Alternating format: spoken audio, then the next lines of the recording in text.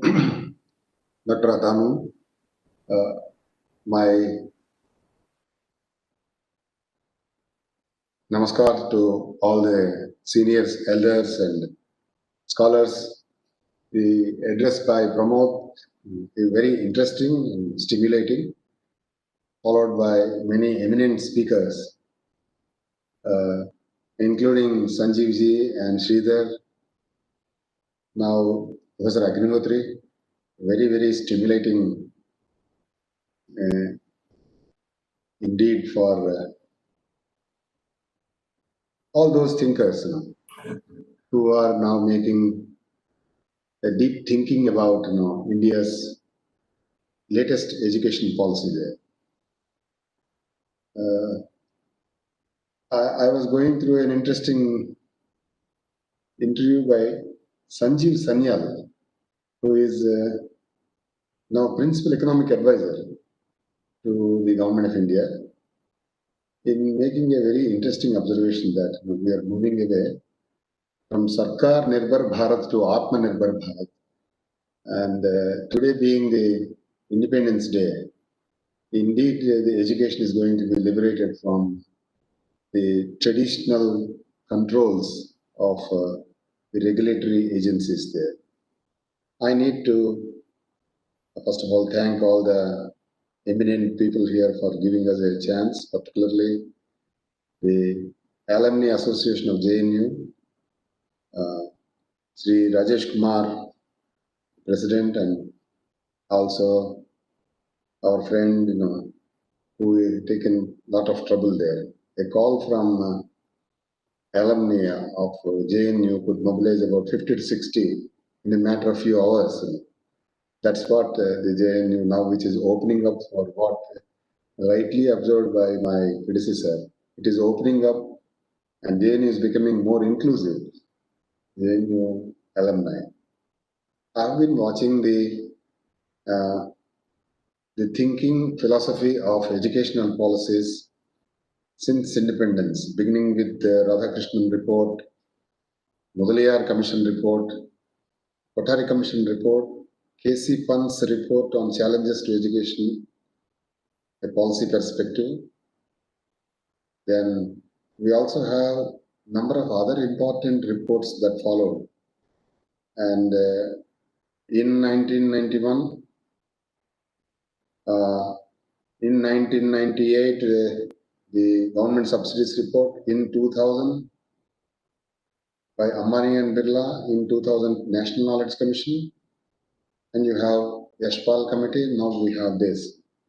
A close look at this, that based on Kothari Commission report, the 1968 policy, based on KC Pant's overview, and P.V. Narasimha himself looked at it, producing a document called 86 policy, revised on the basis of Acharya Ramamurthy report in 1992, further to 1998, making higher education a non-merit good, and Yashpal Committee's report, making education free from regulatory. But compared to all, this policy is really going to free education from the existing multiple controls from different agencies there. My predecessors have made very important observations here. And I feel that, as long as the Sarkar Nirbhar Bharat looked at education, especially after 1976 42nd Amendment, wherein the education is pushed from the state to the concurrent list, it has increased the burden on the central government. And therefore, subsequently, we have 17 to 18 regulatory bodies. So, as a university vice chancellor, I wish to share my own experience of looking at multiple agencies, how these are looking at education there. This is a situation where you need to look for engineering courses to AICTE, MBA to AICTE. Like that, you have different agencies. And you will be feeling that say the innovative capacities of faculty largely are curtailed by predetermined curriculum of the regulatory, beginning with the curricular exercise there.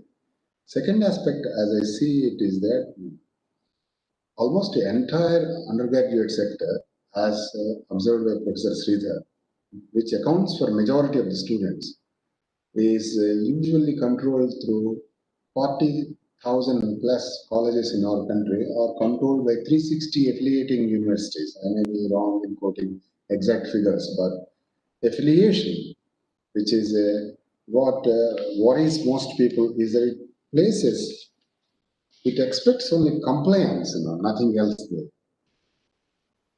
You see, I must tell you that when civil services in India began, the first address, first in the in 1880 for example, Sir John Strachey, British administrator who trained the Imperial Civil Services, first started saying that the first and most important thing to learn about India is that there is not and never was an India. I mean, the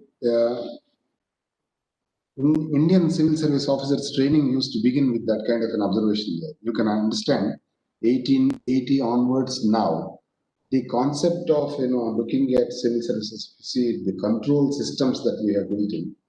I think we have muzzled the voices of colleges there, and over a period of time, colleges are unable to contribute their best through their faculty as there is too much of control in the name of the affiliation there. I don't know how many will agree with me, but this policy is going to, take off the too much control there, giving a way to our large majority of faculty to try their own courses there. So, irrespective of the region, we are now prescribing curriculum across the country there. What kind of curriculum is necessary for the areas where the large number of students are studying? Have we ever examined? No. I think we need to really look at if colleges are left alone, I think they can innovate and they can also try out several new methods there. But if our goal is knowledge society or self-reliant India, first of all, you need to give them some kind of autonomy to understand the changes that are needed to be introduced in the curriculum there. So if you also see uh, others who spoke before me, like the need for digital literacy and how we need to go about formulating courses there. You need to also evolve a system whereby universities are in a position to try out innovative courses there, rather than merely looking at replicating courses that are supposed to be catering to different markets like that. But university stands for totally different goals as set, and one of them is knowledge generation. And unless we give freedom to the universities there, can we really expect them to contribute to knowledge generation? And how knowledge society leads to self-reliance depends largely, in my opinion, on the quantum of autonomy and the freedom that we are giving to them. By freedom or autonomy, I'm not meaning there is no accountability. Accountability should be there. Actually, the present Joint Secretary of Higher Education, Dr. C.S. Kumar, has recently written to most of us here, Vice Chancellors, 12 to 13, 14 parameters against which university is generally assessed. That is most welcome because that ensures that we need to have a kind of a framework around which we can work. Since we are signing an MOU with HRD and UCC, this gives us more and more freedom as to how I can plan there. But it must be institutionalized in a way that I can try new ideas there, and I can convince my brother vice chancellors here. I should have a kind of academic council of all our vice chancellors so that I can discuss my issues there, so that this can be taken forward there. Actually, the vice chancellors of central universities should have a brainstorming session on national policy and education. Of course, the alumni association, of course, brought many vice chancellors into this. But given an opportunity, I think we should have our own, point by point. I suppose we are trying to look at its relevance to the universities there, how we can innovate. I think we can go forward in these aspects there. National policy on education promises many things there. What Sanjeev Sharma has already cautioned us is that, say, in evolving a roadmap for implementation, maybe Central University VCs should sit and see how best we can possibly understand in terms of implementation there. What are the roadblocks that we are likely to face and how to overcome them? Maybe it leads to what is called, a program of action in the implementation of new education policy, keeping view how we can achieve most of these goals there. Maybe we should have a roadmap of our own there, while the stated policy enunciates a establishment, say, for instance, knowledge society. We need to break it into operational units there. Maybe that kind of an important exercise will help us there. Anyway, enabling provisions like 6% of GDP to the education is a very interesting thing. And then you see what is called structural differentiation and functional specialization as hallmarks of educational administration helps us in devising new structural, or institutions in place. So instead of the traditional, and we can have a new institutional framework which treats the institutions as important partners in implementation of the policy rather than compliant agencies there. Because universities are important sources for implementation exercises there.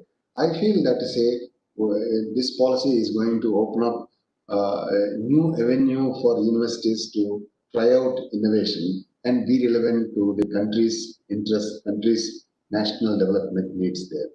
With this, I thank Atanu for this opportunity as I have another webinar. This is the season of events. So, permission to leave the. Thank you.